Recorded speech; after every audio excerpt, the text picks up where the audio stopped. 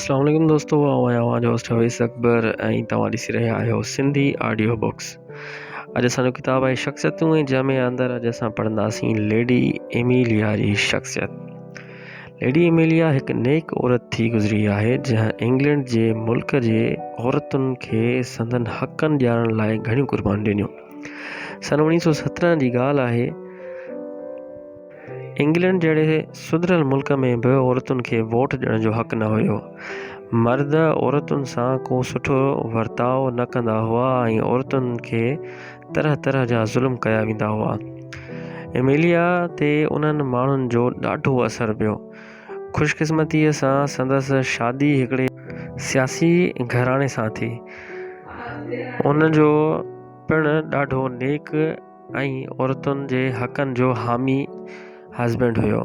उन ई करे औरतुनि खे हक़ ॾियारण लाइ एमिलिया जो इरादो वधीक पको हुयो। हिकु मोहताज खाने में जंहिंजी सलाहकार बोर्ड जे पाण बि हिकु मेंबर हुई। औरतुनि ते सख़्तु ज़ुल्म कया विया हुआ। औरतुनि खे पत्थर जे बिना टेक बेंचुनि ते वेही पोरियो करणो पियो। हामला औरतुनि खां ॿार पैदा थियण जे आख़िरी वक़्त ताईं मज़दूरी कराई वई। मासूम ऐं नंढड़ियूं छोकिरियूं सारो ॾींहुं सियारो तोड़े ऊन्हारे वारनि कपिड़नि में गुज़ारींदियूं हुयूं।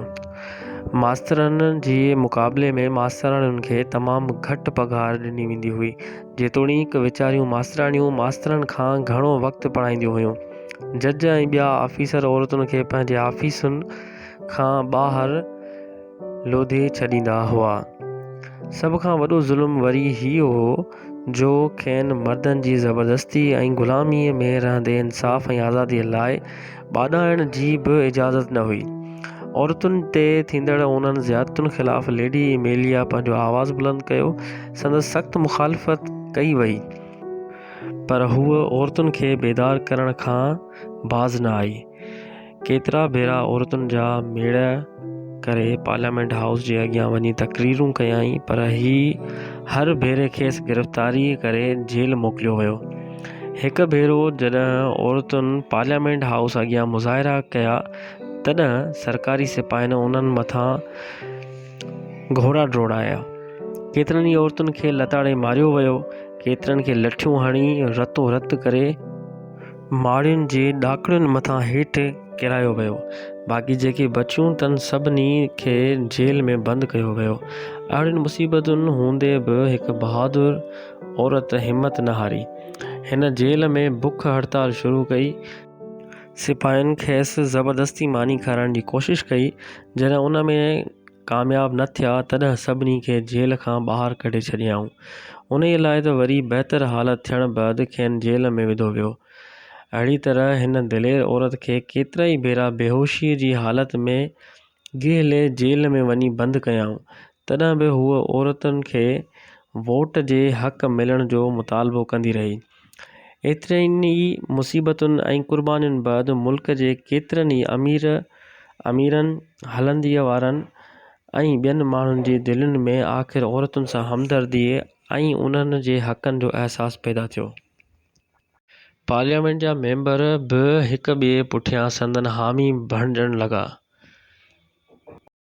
ताजो सन 1917 में लेडी एमिलिया खे पंहिंजे मक़सद में कामयाबी हासिल थियण लॻी। कुर्बान कई। पहिरें पर सालनि खां मथे उमिरि वारनि औरतुनि खे वोट ॾियण जो हक़ जो बिल बहाल कयो वियो।